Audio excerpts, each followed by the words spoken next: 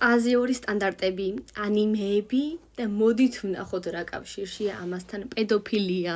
ვიცი ძალიან ისეთი განცხადება არა, ხმაურიანი, მაგრამ უბრალოდ რაღაცნაირად ინფორმაცია მომისმინე რა და ძალიან ჩავფიქრდი მაგ თემაზე.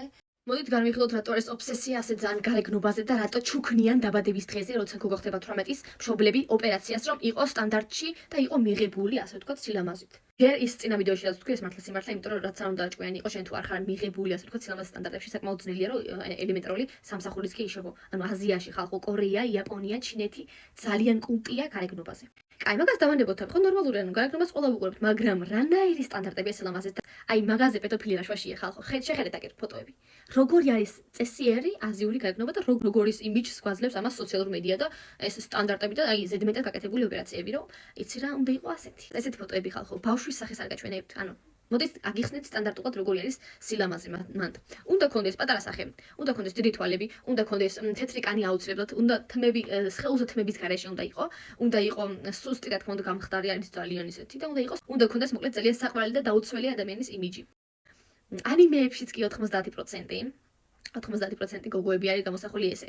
ბავშვის სახე და სხეული ქალის. ეს არის ალბათ ოცნება პედოფილების.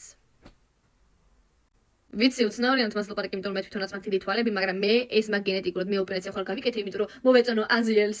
ხდებით და ისინი ძალიან იკეთებენ გოგოები ოპერაციას, რომ აი სტანდარტებში იყვნენ და რაღაც ბიჭს მოეწონო. და მე ეძახიან, ეს ჩემი არჩევანია, მისი არჩევანი იყო.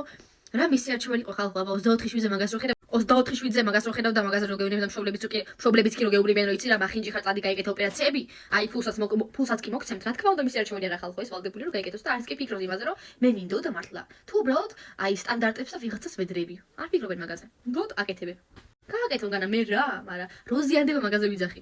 უღიეთ ნეტა ამდენი ტანჯვა მართლა, იმიტომ რომ ოპერაციას თქვენ ეხადავებით ხალხო.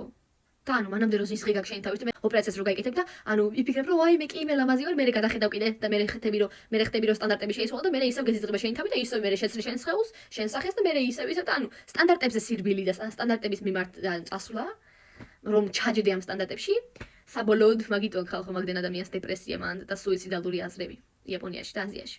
ამიტომაც უბრალოდ დაგაფიქრეთ ხალხო, მაგრამ რა მართლაც მგონია რომ რაღაც პროცენტობა, ანუ ფეტიშები ხალხო, ძალიან უცნაური ფეტიშები აქვს ხალხო აზიაში ბიჭებს და მართლა გეუბნებით.